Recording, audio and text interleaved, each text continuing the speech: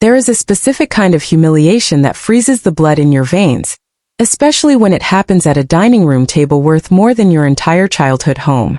I sat quietly in that massive dining room while a billionaire treated me like filth in front of 20 powerful guests.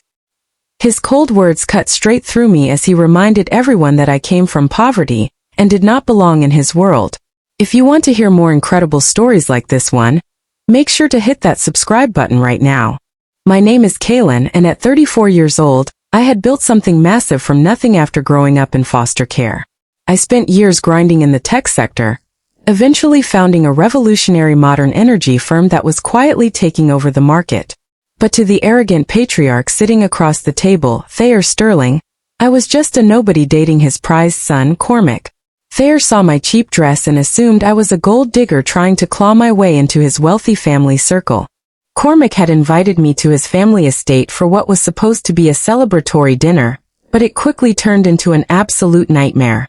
As the expensive wine poured, Thayer cleared his throat and addressed the room, explicitly stating that strays should be fed on the back porch rather than seated at the main table. The entire room went dead silent, with senators and corporate executives freezing in place as Thayer laughed at my background. Cormac sat right beside me, completely frozen, barely murmuring a weak objection that his father instantly brushed aside. Instead of causing a scene or breaking down in tears, I slowly folded my cloth napkin and set it carefully onto the pristine tablecloth. I looked Thayer dead in the eyes and thanked him for showing everyone in that room how remarkably small he truly was. The collective gasp around the table was deafening, but I simply stood up and walked out of the grand estate with my head held high. I refused to let them see me break, even as my hands shook violently from the sudden rush of anger and adrenaline. Cormac chased me out onto the gravel driveway, begging me to stay and making endless excuses for his father's terrible behavior. He claimed his father was just stressed about a massive corporate deal and promised he could somehow fix the situation if I stayed. I looked at him in the cool night air, and realized he had hesitated for 10 crucial seconds before defending me inside. I gently pulled my hand away, telling him that some disrespect goes too deep to ever be repaired, before driving off into the darkness. I pulled my car over on the side of the coastal highway, trying to calm my racing heart while looking out at the dark ocean. My phone rang almost immediately, and it was my lead executive calling late on a Saturday night with an urgent update. She informed me that Sterling Enterprises was desperately pushing to finalize a $4 billion deal with our company first thing Monday morning. The arrogant titan who had just humiliated me had no idea that I was the actual founder holding all the power behind that massive transaction. I sat in my car, staring at the phone screen while realizing the incredible hand that fate had just dealt me. Sterling Enterprises was hemorrhaging cash, and desperately needed our innovative technology to avoid total financial ruin in the coming months. Because I had used holding groups and proxy representatives during initial negotiations to avoid media noise, Thayer never knew my real identity. I instructed my executive to immediately terminate the letter of intent and completely walk away from the multi-billion-dollar deal. My assistant was stunned, reminding me of the massive financial penalties and strategic implications of pulling out so suddenly. I told her I did not care about the fees and ordered her to send the cancellation notice directly to Thayer's private inbox. I explicitly told her to cite toxic leadership and fundamental moral incompatibility as the exact reasons for our sudden withdrawal. We then made immediate plans to contact their fiercest market rival, to arrange an exclusive buyout deal that would effectively crush Sterling Enterprises forever. I did not get a single minute of sleep that night as I sat on my balcony drinking coffee and waiting for the sun to rise. By 7 the next morning, my phone was blowing up with frantic calls from corporate lawyers, Cormac, and Thayer himself. Around 8:30, my assistant called to inform me that an furious older man in an expensive suit was screaming at our lobby security downstairs. I smiled calmly and told her to let him up, but to leave him waiting in the bright glass conference room for 20 minutes. Half an hour later, I stepped into the conference room where Thayer was pacing back and forth like a desperate trapped animal.